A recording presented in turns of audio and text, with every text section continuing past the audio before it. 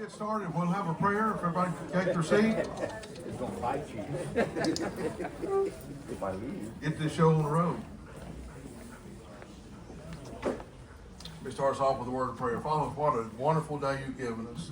We love you and we thank you for your grace and your mercy. And Father, we just so thrilled to be here with our church family to learn about these dogs and what a blessing they are to so many around the world. And Father, we just thank you for this time together. Thank you for the day you've given us, you blessed us with, and we just all that we do be your glory and honor. We thank you that you would bless this time together.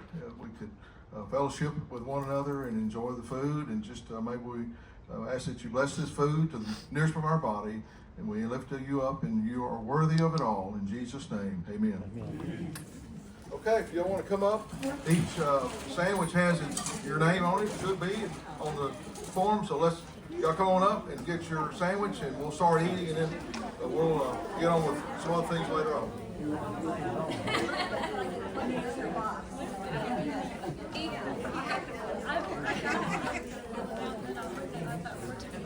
Hey, are you done?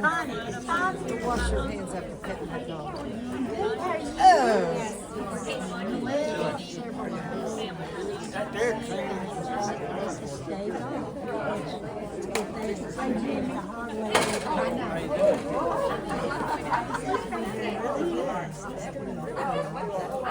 He's slowing down now. It's real, Yeah, sharply up. absolutely. Yes, I'm holding on to it. I felt it. I just don't know if you knew it was. Connie, is Tom here? Yeah. I need to talk with him. Let's walk over there. I'm just going to get behind somebody. Oh my goodness, I'm stepping on my toes. You can rest. Sit down. That's for the dog. Oh, I fall real good. I've had a lot of practice. Don't tell me to rest on it. Sometimes I just step on things with my left foot.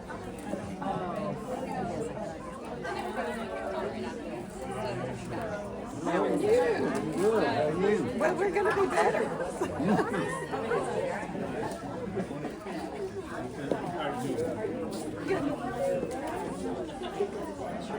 It's always room for improvement. Oh, well. How are y'all? Hi, are you fine? Yes, ma'am. I'm Sharon Tuff. Okay. Well, my goodness. I was standing over there. I don't think real good at a distance. I said, that Michael Lee over there. And I was with Sandra Hancock. She said, yes. I said, well, he is the one that called me. Oh, my, amazing. Yes. 9 years ago. Many years of it. And I appreciate you calling us. Well, we'll get together and visit sometime. That would be great. Is your wife here too? You're going to be good. You don't take more than 2 or 3.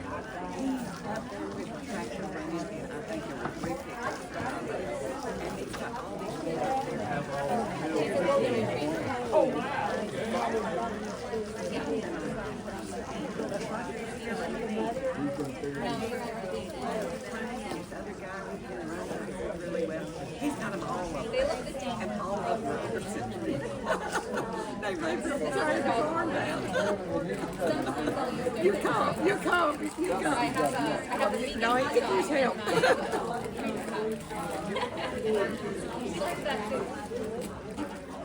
She likes cheese. She likes everything except for citrus. You not have meat.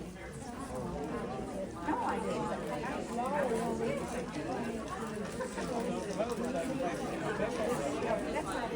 Here you are.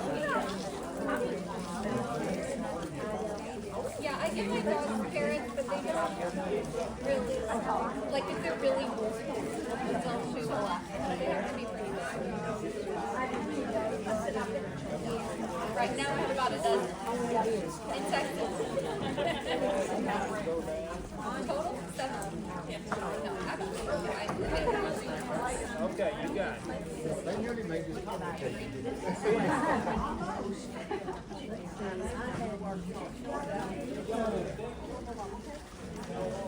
Well, Have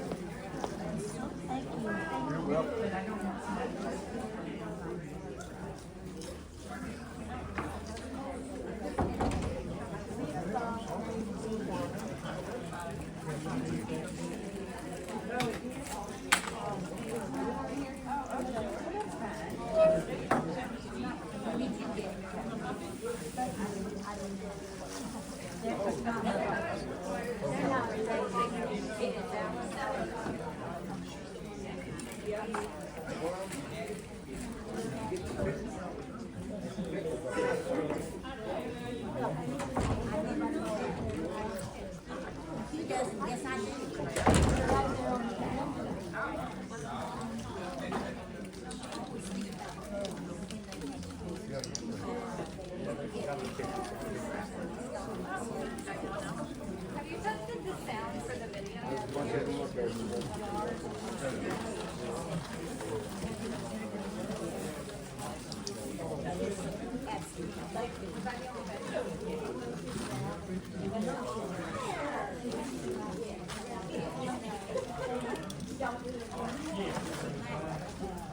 We got a Caesar.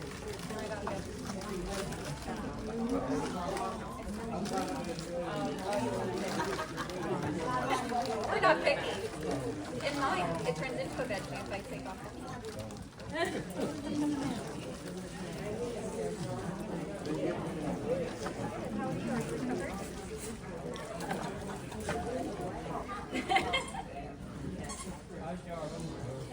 Quite a trip.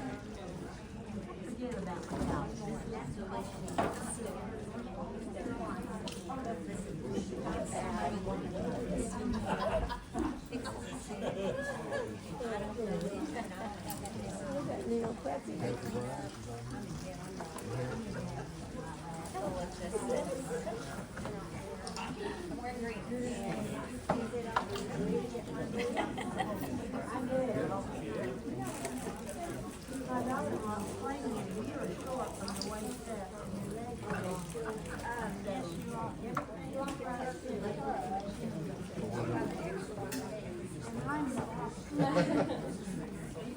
There are some miniature golden retrievers. They breed them with king cavalier spaniels. They're really big. I think I'm gonna have to get my hands on them. Present while they're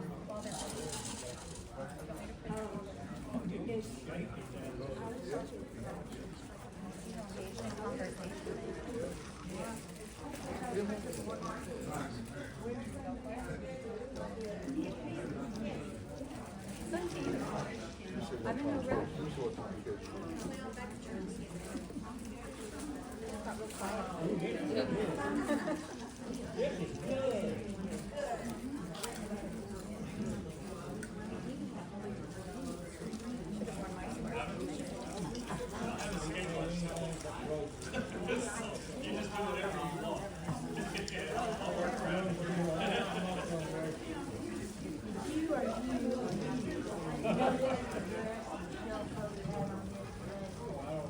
Okay, while you are eating, we're gonna let Katie go ahead. She's got a presentation for us. She has brought 7 and Eve. And they are acting very nicely right now. So while they're quiet, and I'm sure they'll be quiet the whole time, but I'm gonna turn it over to Katie and let her start with her presentation. I know you'll enjoy it, and I'm so glad she's here. The entertaining thing about puppies is no matter what this puppy does when she's up here on our stage, you'll love it, right? If she starts barking, if she starts chewing on something, it's totally okay. So today, like Larry said, I have 7 of 9 with me. That's this puppy's name. And that might sound familiar to any Trekkies who are in the room. Does that sound familiar to anyone? So we name puppies either with the same letter of their first name, so it would be like Molly and Mary and Max and Moses, and that would be my M litter. And that way I'm able to remember which puppies were related to who, but I get confused with that, so I start to name them after shows that I've watched or after books that I've read. So I have a litter of puppies that's named the Voyager Star Trek series, and this is 7 of 9. She's part Borg, if you couldn't tell.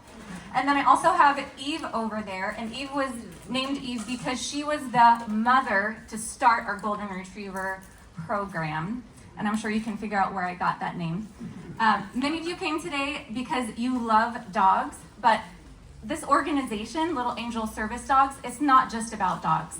It's how we can change people's lives through the incredible talents that dogs have.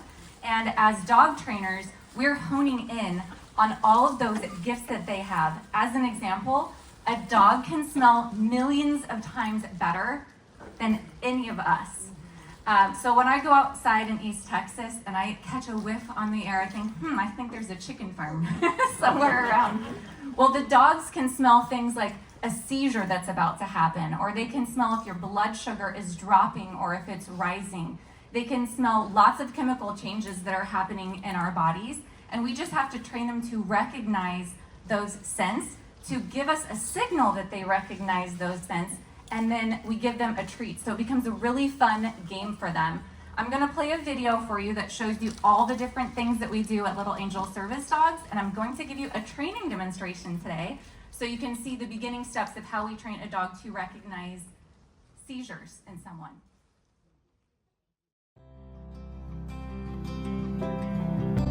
This is the heartbeat of Little Angel Service Dogs. We are a family who met as strangers, united in our goal to help children and adults through incredible dogs. We are forever committed to our animals. We rescue dogs from shelters whenever we can. And when we must breed to produce excellent puppies, we do so with the utmost care, paying close attention to the health of our precious dogs. Loving families and individuals foster our dogs whenever possible. And when we must board our dogs in our kennels, we are dedicated to their enrichment, care, and happiness while they wait for their forever home.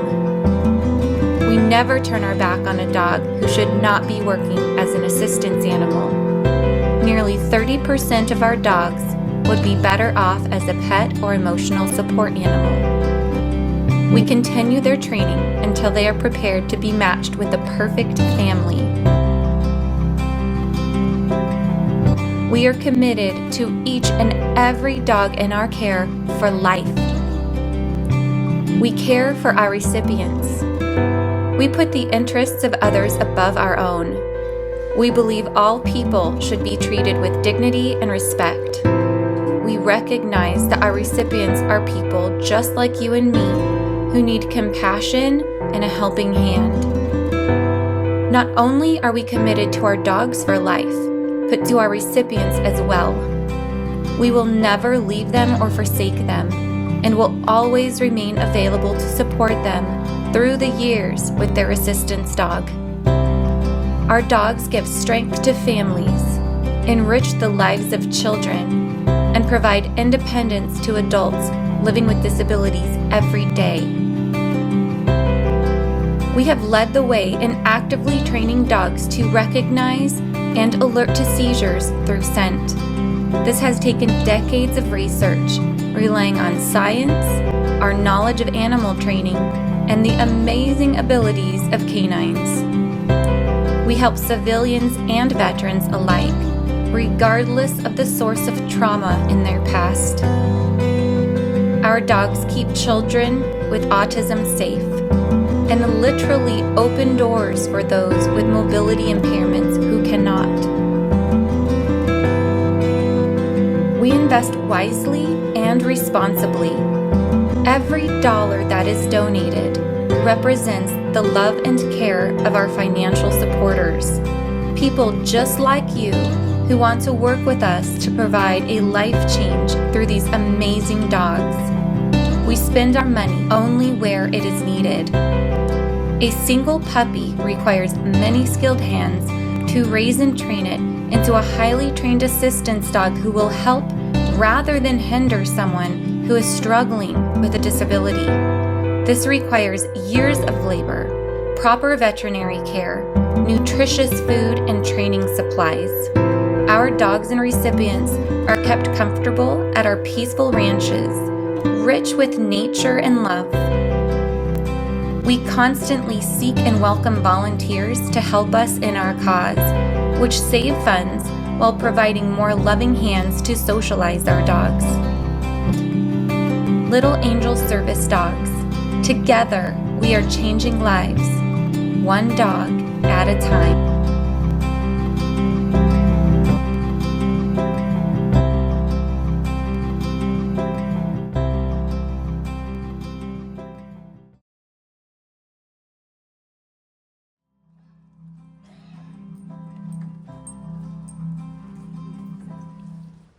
Hopefully that gives you a recap of what it is that we do. And you might be wondering, how does someone get into this line of work?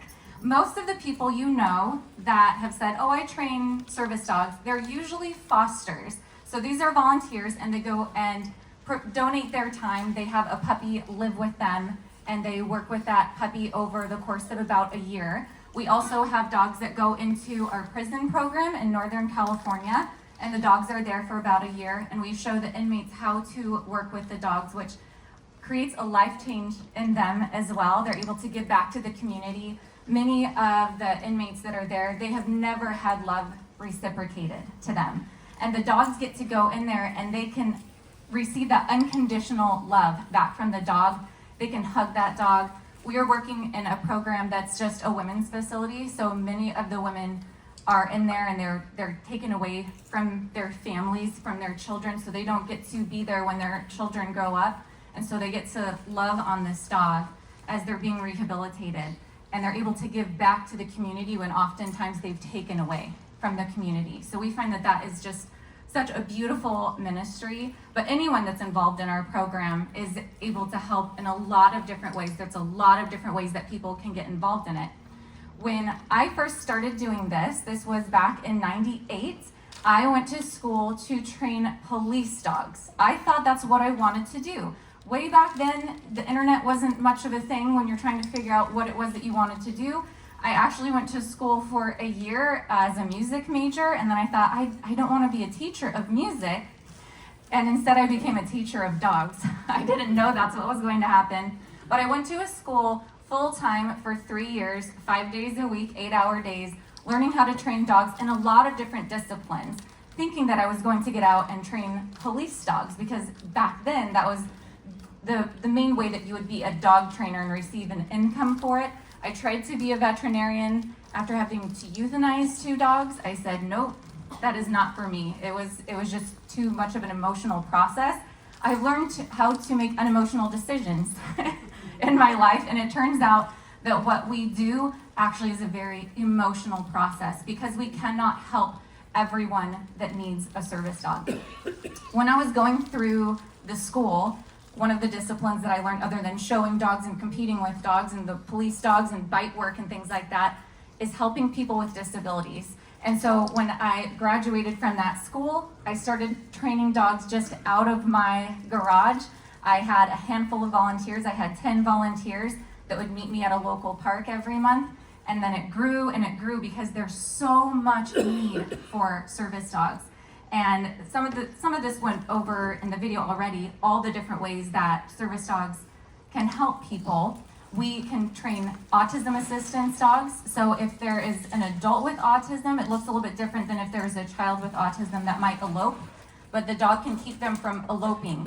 The dog can find them by scent if they wandered off, and they're able to do that faster than a rescue team would be able to do that. We train diabetic alert dogs. We train seizure alert dogs.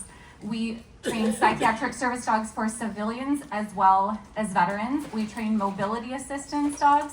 So we train basically every type of service dog that is out there except for guide dogs for the blind. I don't want to do that. There's enough work in helping with all the different disabilities that are out there. But this organization just grew and grew, and we had more and more volunteers. And today we have 20 staff members across the country. We have a region in California. We have just started 4 years ago here in East Texas, yay. And then we have another region over in New England.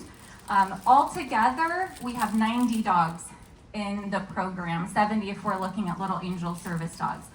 So there's quite a bit that's involved in that to get these dogs out to people. We are training these dogs for 2 to 3 years. Think about that. That is a long time. This little puppy that Dara has, that puppy's gonna be in training for a very long time. We just have to take it step by step, day by day. This puppy chews on shoelaces right now, but someday she will probably open doors for someone that can't do that or save someone's life.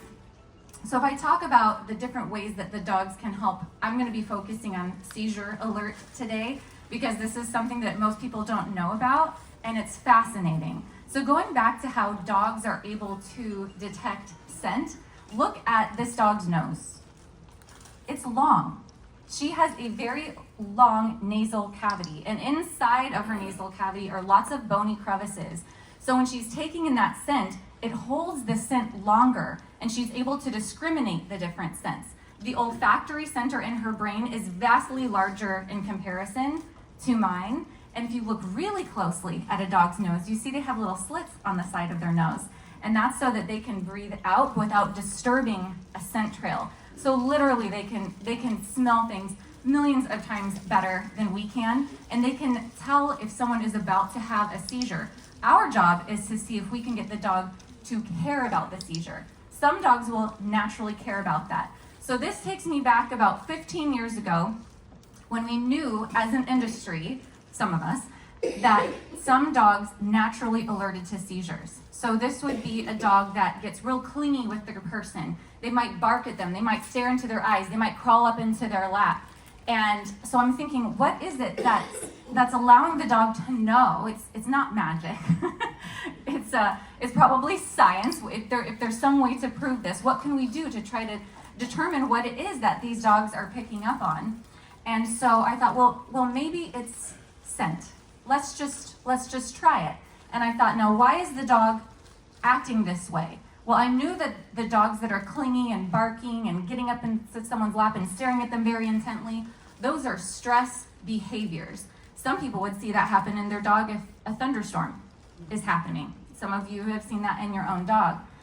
Well, what I wanted to do is see if I could get the dog to give me a behavior because they were excited that the scent was going to happen.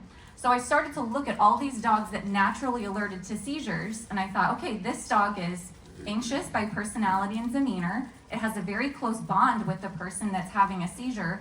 This patient, for some reason, has some type of an indicator available to the dog before the seizure happens. And there's consistency with the types of seizures. They're stressful in nature. So there are tonic-clonic seizures, otherwise known as grand mal seizures. That's the type we normally think of when someone falls on the ground and starts physically seizing. Seizures can look a lot of different ways. Sometimes an absent seizure would be just like that, and then I would have a seizure, and you wouldn't necessarily know unless you caught me in the middle of a sentence, or I was just staring straight off ahead. So all these different ways that the dogs were able to determine, I thought, let's see if it's scent. So I started training dogs to paw at my leg on command. I will give you a little demonstration of that. It's a little harder to do with a microphone. Eve, come. Sit. Alert. Good girl. Down. That's what that looks like. She likes it. You know why she likes it? Because she's a golden retriever.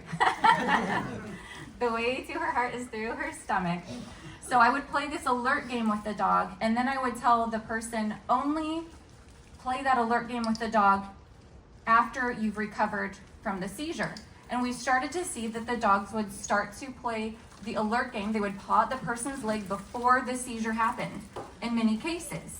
But I still needed to figure out how the dog knew. But at least we had trained them to perform a certain behavior on command and to love getting those treats, to associate the seizure with the treats. So then what we started to do is we would get scent samples from the recipient before they got the dog. So after they had a seizure, they would swab the inside of their mouth with gauze, seal it up, mail it off to us because we have recipients from all over the world. They're not necessarily right next to us. And then we would present that scent to the dog every time we played the alert game. in a classroom. And guess what? The very first time that happened, the dog alerted in advance the first time the person ever had a seizure in front of that dog. And that gave me goosebumps, because the only way that the dog would be able to learn to do that is through the scent that we provided in a classroom environment. And over the years, it got more and more complex. I published a book on it, and 3 years ago, there's now a peer-reviewed study in Europe that proves that dogs can smell seizures. But before that, I was arguing with the world that dogs could smell seizures. And it's so important to grasp onto that concept, because there's so many people that have them, and their lives can literally be saved by a dog that can tell them in advance. There's something called SUDEP. It's sudden unexpected death in epilepsy patients, and it happens all the time. You could go to bed and you will never get back out of bed. And it's usually because suffocation occurred, because you had a seizure and no one knew about it. And a lot of people think the safest place to have a seizure is in their bed. They're thinking the most dangerous place to have a seizure would be swimming or going down the stairs. But happening in the bed is very, very dangerous. And so that could be you that's having the seizure. It could be your child, and you can't sleep at night.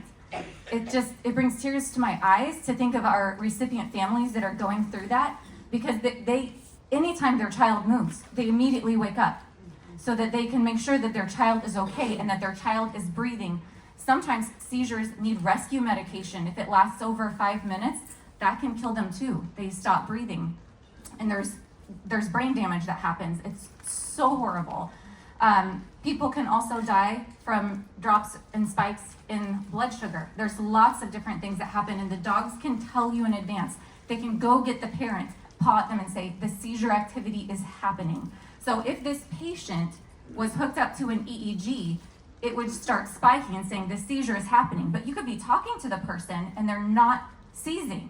It doesn't look like they're having a seizure. What they're having is called subclinical seizure activity. So the seizure has actually started. It just hasn't physically affected their body yet where they're seizing. But guess what is available to the dog at that point? The scent of the seizure. And to the dog, it's just as clear as day. We navigate the world through sight. Dogs navigate the world through scent. That's why they're sniffing everything. When you're taking a dog on a walk and you're frustrated because they can't get their nose off the ground, it's natural. It's an innate characteristic of them. That's how they explore the world. This is newer. This is an odor detection wheel, and this is a way that we can train dogs to detect scent. So I have a scent only in one of these little canisters. Every canister has a little design on it, so you can come and check it out later if you'd like to take a look. And X marks the spot. X is the only scent in this whole wheel that spins that has a scent in it. So what I'm doing, I've had a couple sessions with Eve on this already. I'm teaching her that only one of these canisters is important. And I'm doing that with treats, you know that already, and a clicker. This is a noisemaker. So when I push this little button, it goes click, click, and I have conditioned my dog into knowing that this is a paycheck. This means that you can take that to the bank and you're going to get a treat for it. So I'm able to mark the exact moment that the exact right behavior is happening, and then I'm able to give her the reward just a few seconds later. And so whenever she puts her nose into the right canister, I click immediately, and she's like, oh, yay, that was fun. And she's learning over time as I'm spinning this around and changing it, because they'll look all the same to her. It's just the one that has the scent in it that's really important. And then after she goes to that exact canister every single time, I am not going to give her a treat until she goes to that canister and then comes and paws at my leg. So now there's 2 steps that need to happen for her to get the treat. And then later I take that scent with me, I put it in an airtight container, one that opens very quietly, and I will just be hanging out with the dog, or I might be taking the dog on a walk, or I might be playing ball with the dog, and I will very secretly, like a ninja, open up that canister. It's important that I'm secret about it, because I do not want the cue to be the visual of the canister, and I don't want it to be the auditory of hearing that canister open. It can only be the scent. And then, she'll be playing ball and she'll stop and think, did you hear that? That's her saying, oh, it's time to play the game. And she'll look at me real excited, and I'll be like, yeah, you know what to do next, right?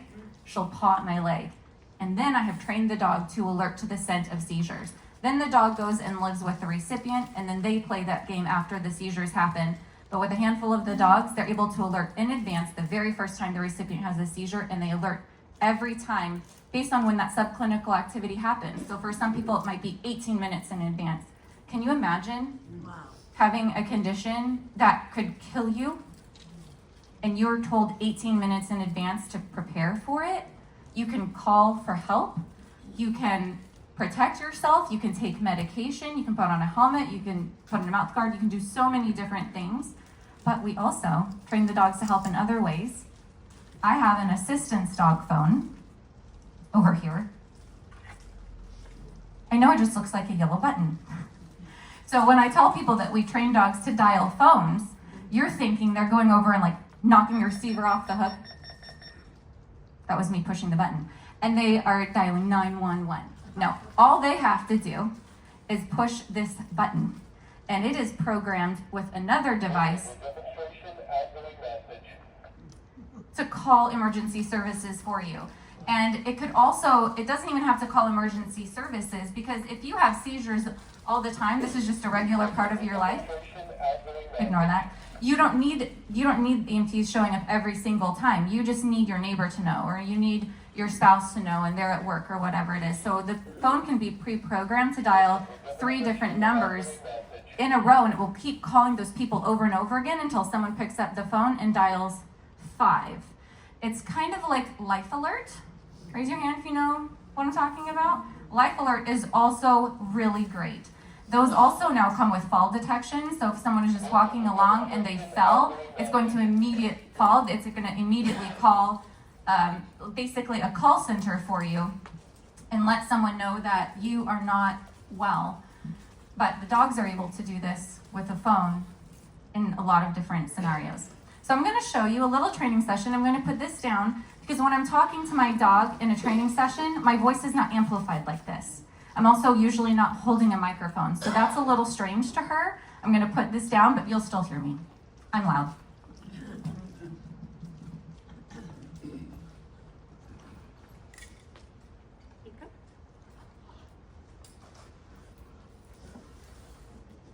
An important part of the learning process is that I am not rewarding her right now. She has to go to the right one.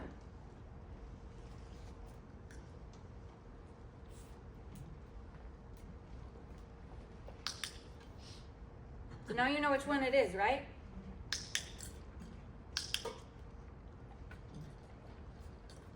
And now she also knows which one it is. She's a smart dog. And once she understands which one it is, that's when the spinny wheel comes into play and I move it.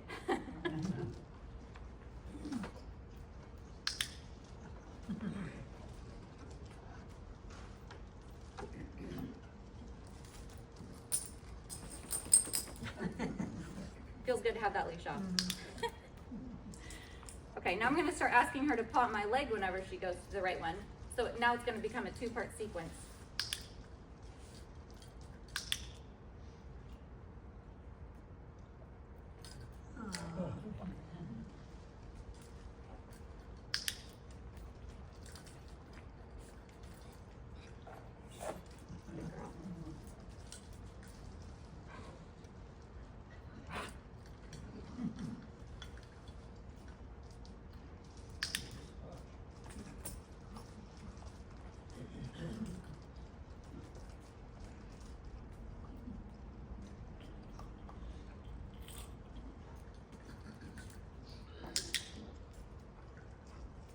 That paw is happening a lot faster now, right?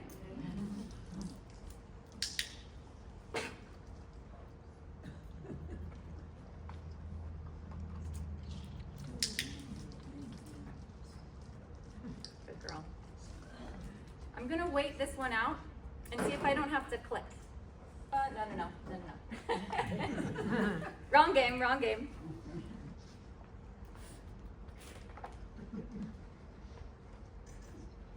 Good, she did it all by herself without me clicking.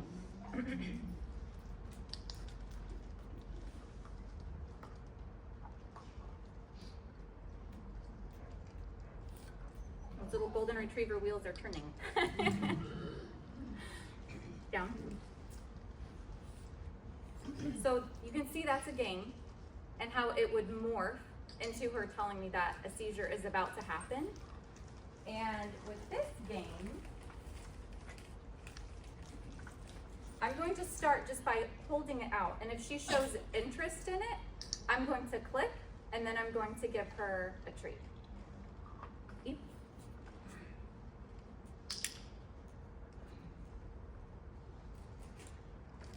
And anytime I do this, like I might use this form of training. Now she thinks that a paw is involved. Anytime I do this form of training, I'm using a clicker, but I might change the end result. So it might be that I want to train the dog to retrieve the item. And so I would just ask for a little bit more. Like now, I'm actually waiting for her to touch it with her nose before I click. In the beginning, all she had to do was look at it. And I'm going to phase it to get this closer on the ground.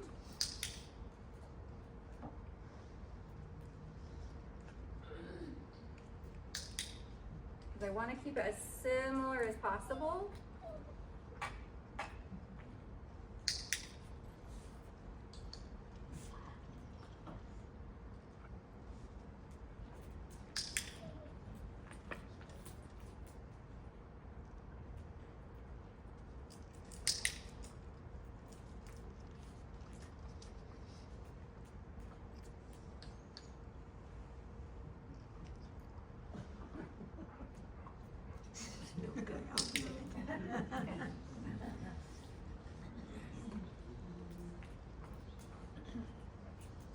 Okay, so in about 20 seconds, I've almost trained a dog how to dial a phone. I have done some of the legwork into teaching a dog to detect scent, but we also train dogs to retrieve items that someone has dropped. We train the dogs to pull wheelchairs. We train the dogs to open doors, to turn on light switches, to go get help from someone that needs it. Like I said, we train the dogs to find someone that has eloped and to help keep them safe. We do tether training so that if there is someone that would elope in a parking lot, they can be tethered to the dog, and the dog would heel with you beautifully throughout the parking lot, and then someone else is tethered to them so that they're not going to run off. We do so many different ways, so many different things to train the dogs to assist with disabilities. And it's not too late to get involved. You can do this at any stage. So I started doing this when I was 19. Eve, sit down. But I have apprentices that help at all different stages. If you want to learn to be a service dog trainer, you go and apprentice with someone who already knows how to do it, and then you train dogs with them. You train several dogs, maybe 10, maybe 20 before you start getting really good at it. One of my apprentices is in his 60s. I also have apprentices in other states that are teenagers. So you could really learn to do it at any point. And there's lots of different ways that you can get involved. If you don't want to learn how to train dogs, you might be interested in fostering a dog. And I wouldn't be a very good director of a nonprofit if I didn't tell you that you could donate toward Little Angel Service Dogs, because we are a 501c3 nonprofit, and the only way that we are funded and the only way that we're able to provide these dogs is through donations from the general public. And there's a QR code for you if you would like to scan that and help us in our mission. But we also have an opportunity, to foster, to adopt a beautiful standard poodle. This is Bailey. She is in East Texas. She's with us right now. She's a 4-year-old dog, and her puppies are going to go on to change people's lives, to save lives. And it's important that we have dogs that are hypoallergenic. I forgot I wasn't training anymore. It's important that we have dogs that are hypoallergenic because a lot of the people that we help have dog allergies. And so her puppies will end up being hypoallergenic and could help anyone regardless of that. And she is trained, she's well-mannered, she is calm, she does not shed, and she is available free of charge to anyone that is interested in adopting her. Here's some more pictures, because how could you resist? A standard poodle is a little bit taller than Eve, but she weighs less than Eve does. It is time for questions and answers. Start thinking of questions, any curiosities that you have about this industry, maybe how you could get involved, or the different ways that we help people. Yes? How many dogs do you have right now? In Texas, I usually have a hot dozen. Usually about a dozen dogs. And we do get a lot of help from the community. We are starting a program at SFA. Right now we have 3 students at SFA that foster the dogs, and the dogs actually live with them on campus. Texas law protects service dogs in training, and so the SFA policies for campus are written the same way, that if someone is an approved trainer, which means they have worked with us, we have verified that they know how to handle this dog safely, that they have a dog that is safe to go into public, which is really important because everyone here has seen fake service dogs. I have seen many of them, and they've barked and growled and lunged at my dogs in training. It's really horrible. But if we verify that they are an approved trainer, they can have that dog living with them on campus. And this is really good. If you know of any students that are at SFA, I think it's good to let them know that they can get their animal fix by fostering or even volunteering and meeting us to go on field trips into public settings. A big problem that happens in any town that has a university is that students leave their pets at home and they go to school and they really miss their pets. And so they will go adopt an animal, and then when they're ready to go back home, they can't keep it, and so the animal is abandoned. And that doesn't need to happen. They can foster and take care of a dog short term with us so that doesn't need to happen. But they're obviously an imperative part in training these dogs to assist people. We could not do it without our fosters, without our students, without the inmates in our prison program. And we have about 40 volunteers across the nation, and company-wide, including another program that I have, we have about 90 dogs in training right now. In Texas, about 40, but that's countrywide. Yeah. Charlene, go ahead.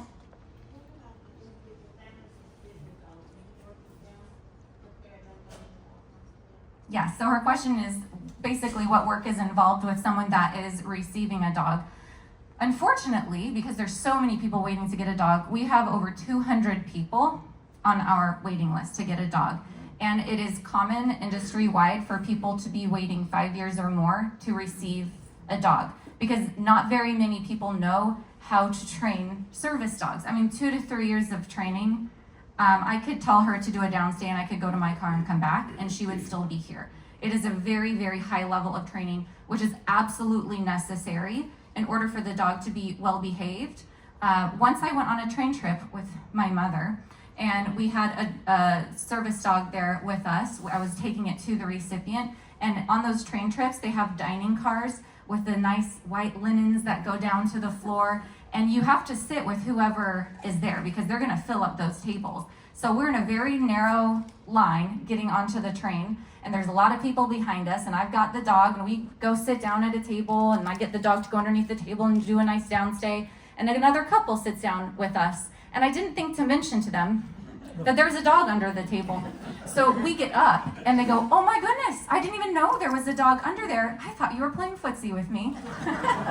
I was not, it was the dog.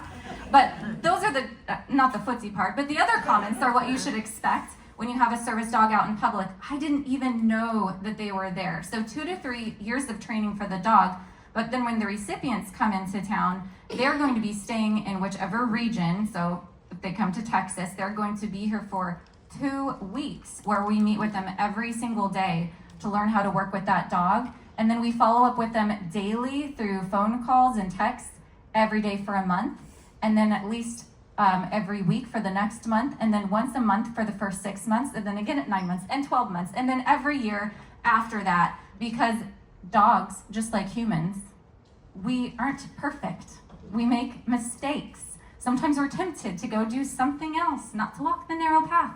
But the dogs have to do that, so we have to stay in touch with our recipients. They usually will stay at an Airbnb or at a hotel while they're doing that. Yes, Larry, go ahead. Once you have a dog that's available, what is the period of time between you get the dog and the handler together? How long do they have to make sure they're compatible? So they get to know that we have a match for them about a month or two before they come and get their dog. It would be 2 months if we needed to do some seizure training or some diabetic alert training, because we need them to send us the scent and then train them in the classroom to recognize it. But we don't offer the dog to them until it is totally done with training, because they are changing. They're going through different phases as they're maturing. So we can't match a very young dog with someone and say, in a year, you're going to receive this dog. And that's really hard for people on our waiting list, because it's not, if you're next in line to get a dog, that doesn't mean that you're getting the next dog that comes out, because it has to be well suited to each individual. Go ahead, Paul. Yeah, is there any rejection of the animal to the person once you've done training and they said they don't like that person's smell or whatever? I have not had that happen before. No. The very first time they meet their dog, we do what's called a bonding session, and there's lots of treats. And then other family members sort of have to be hands off with the dog so that the dog doesn't accidentally bond with another family member. So I've never had it happen. How long would it take to train one to find your phone? I think that it would take maybe a week. If you wanted to know how long it would take to train a dog to find your phone, about a week. It's not hard. Every one of you can train your dog to do something miraculous. I used to lose my keys all the time before I realized that's what the key hook is for by the door. It would be really easy to train a dog to find those keys. In fact, we train them to find their vest. So her vest has zippered pockets on it, and a lot of our recipients need medication brought to them when they're having a medical episode. And so the dog is trained to find its vest wherever it is flung in the house. They'll go find it and bring it back. Go ahead. You probably answered this question, but is there a case where someone is severely seizure prone to go higher on the list than waiting at the bottom? There is not. So her question is, I guess if someone's disability was more difficult for them than someone else's, would they get the dog sooner? And the reason that we don't do that is because it would be hard for us to gauge what is harder for someone. So as an example, placing a psychiatric service dog, a lot of people don't understand about psychiatric service dogs. And I can compare it often to a veteran that has PTSD, because a lot of us know veterans and a lot of us know people that are struggling through something like that. It's just more relatable to us.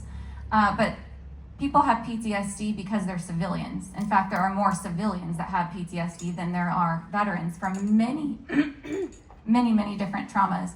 And so for us to say that this person's PTSD is not as severe as this person's seizures, as just an example, it would be really hard to do that because they're struggling so much they can't leave their home. They're having severe panic attacks every night.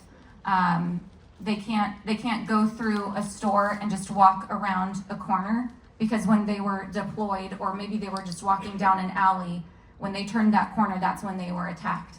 So it's really hard for us to say what is more severe than what someone else is going through, but I understand the question. Are you going to give us an address for someone to contact you that needs a service dog? Yes. You can visit littleangelservicedogs.org. And if you go to this QR code, it's not just for donations. It will also take you to our website, to the donate page first. And then you can go to other parts of the website where you can see about signing up for that. But you can also look me up in the church directory, Katie Gonzalez, and you can text my personal number, and I will get that process sped up for you. The applications process can take about 3 months, and you're waiting years to get a dog. who has a child that was born with Rett syndrome. I don't know if you've ever heard of it. Rett's or Tourette's? Rett syndrome. Okay. But she has seizures. She goes to school, and I'm thinking that this would be, because when she has seizures, they have to get to her, Yeah. or they have to get medication. Yeah. It'd be great Yeah. for the teacher to know. Right. So her comment was about a family member that has Rett's, and there's also seizures involved, and how useful that would be, particularly at school. But I'm going to bring up the school aspect also. So when we have someone come in and learn how to work with the dog for 2 weeks, they have to learn how to reinforce every little thing about the dog, and that's not always transferable to a volunteer at school. So legally, with the Americans with Disabilities Act, you can take a dog into public school, charter school, private school, but the dog has to be under control. So if the disabled party, a child, is not able to be consistent with that dog, they cannot necessarily take the dog to school with them.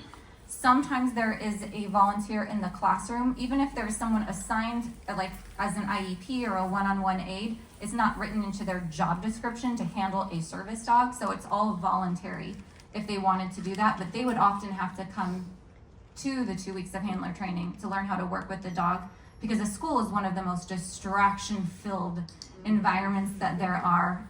No matter how many times you tell a child not to pet the dog, they will. And there will be floods of them, and then recess, and all of the fun toys, and all of the food that's falling at lunchtime. So it is possible, but it's a little tricky. Katie, I've seen several, like young people, maybe college students or teenagers that'll have a dog, that'll have a service dog thing on it, and I'll say, you know, you have a service dog, and they'll say, yeah, it's for my anxiety. So how do you train a dog or somebody that's anxious? That is a good question. So this is a two-part answer for you. There was, have you heard of an emotional support animal? Yeah, that's what I mean. It's an ESA. That is not a service dog. It is any dog. It could in fact be a guinea pig.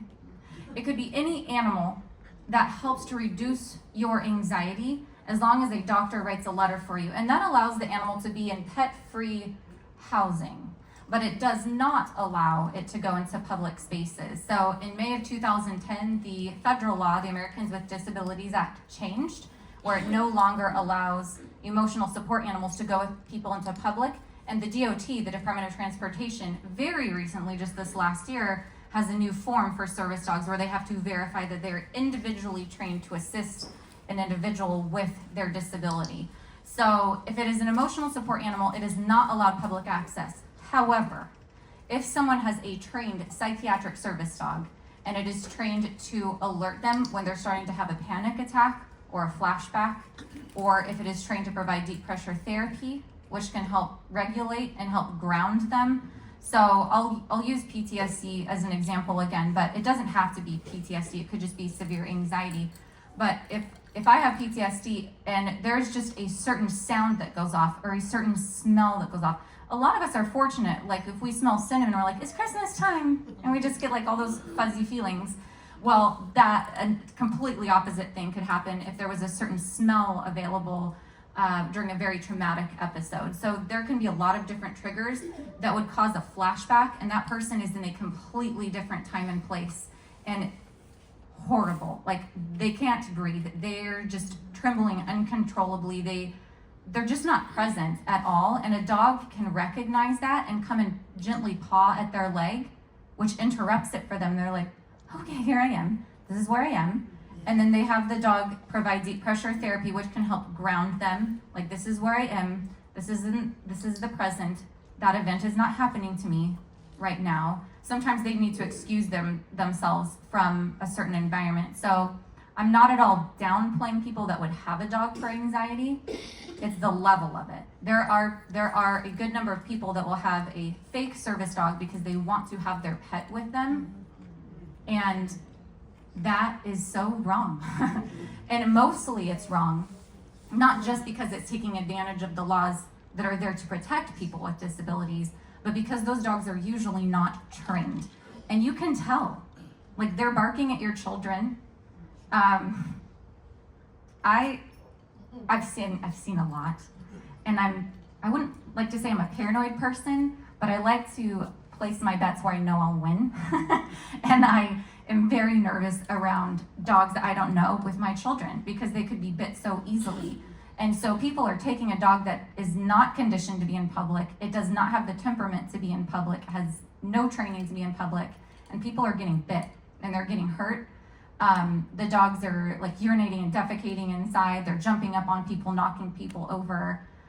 There's just a lot of really bad things that are happening with dogs that are not trained. So, is it a service dog? You can usually tell by looking My at it. dog supports me emotionally. I can There you tell go. that. She's not trained, but she does. There you go.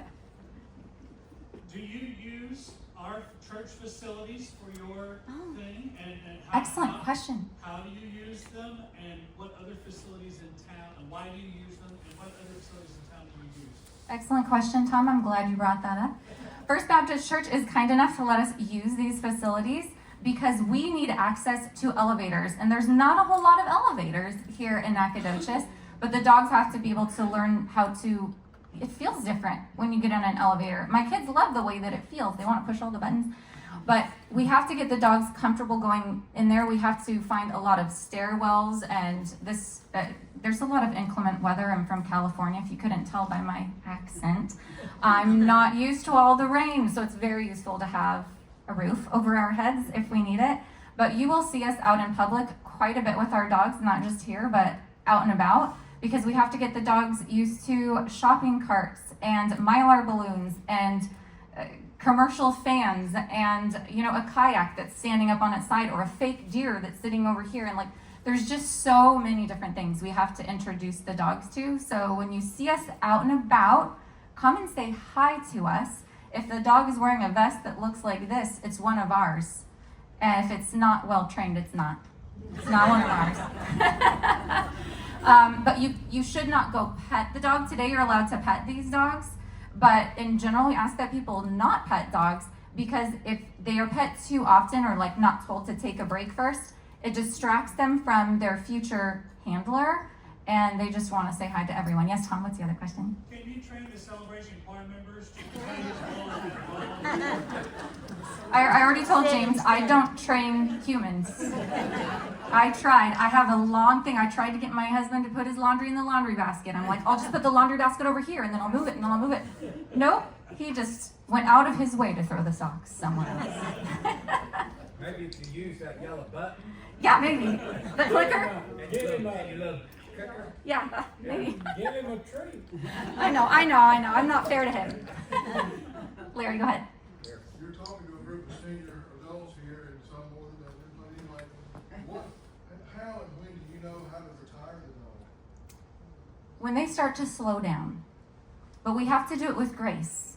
We have to retire with grace.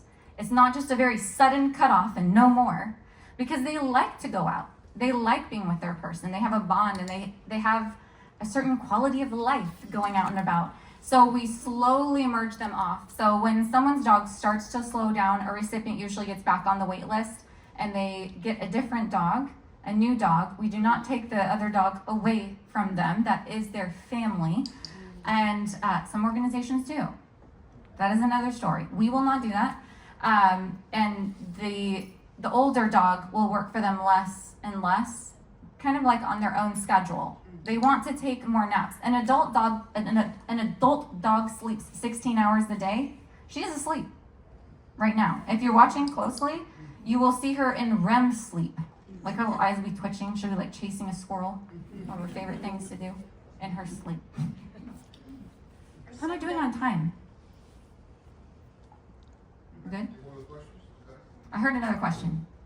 Are some dogs smarter than others? Yes. In fact, some dogs are smarter than others, but I don't like the smart ones because you can train them very quickly and they spend the rest of their life trying to get out of it. Yeah. Katie, help somebody else. The dog that you're, poodle, you're trying to find the home for, what is it? Yes. Why? She needs to live with a person, not with me. She lives with me. And so we don't want them to be in a kennel. We want them to live with a family because they're pack animals and they need to live with someone else. So if you are interested in Bailey living with you, you receive all of the training from me personally. And when she has puppies, she could have them with you with my support, or she could come back to me to have the puppies. Any more questions about Bailey? Please see me before you leave. Not about babies, but if a dog has gone with a family after it's been trained and everything, and then that person passes away, does the dog stay with that family? That is a good question. So we have had that happen twice, where a dog is placed with the recipient and the recipient passes away. In one case, the sister of the recipient reached out and asked if they could have the dog because that was their connection to her brother. And so we just had to go through the application process, make sure that the dog was safe, and then yes, for sure. In another case, it's a very sad situation. The recipient passed away, but they chose to return the dog to us because there were just too many other things going on, and it wasn't. The dog also had only lived there for 6 months, so I guess it wasn't as integrated yet. It's your turn. I don't know. You didn't.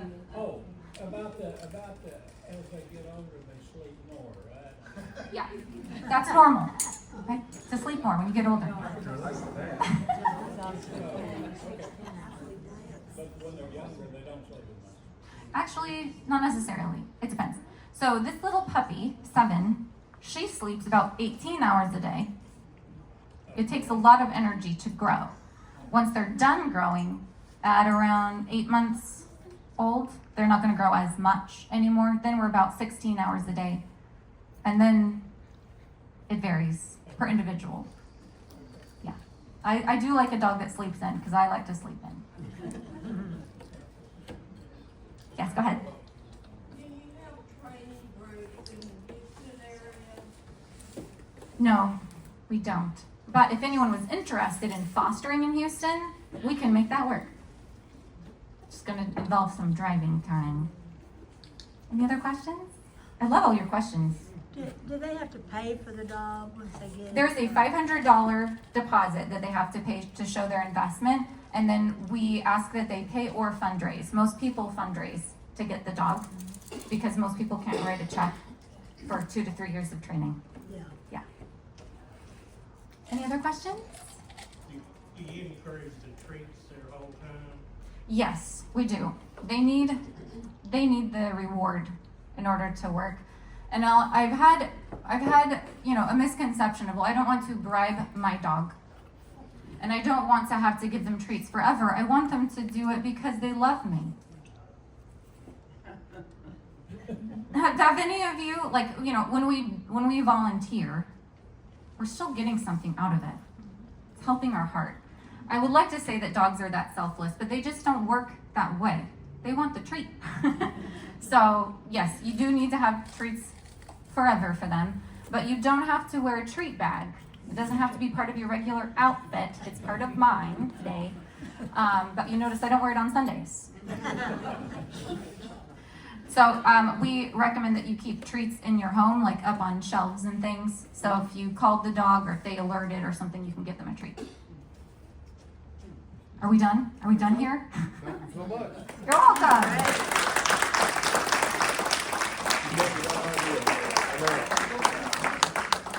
I know, that woke her up, you guys. Thank you, Katie. That was very good. Thank you, Eve. You go back to sleep now. That's a good idea. We maybe all need to go home and go to sleep. So, and 7, she's anxious to do something. She can't stand still very quick. Yeah, come and say hi to them when you leave. This is the opportunity to pet a service dog. Okay. Very good. Thank you for the presentation. We learned a little bit more about service dogs. So they're incredible animals. So okay.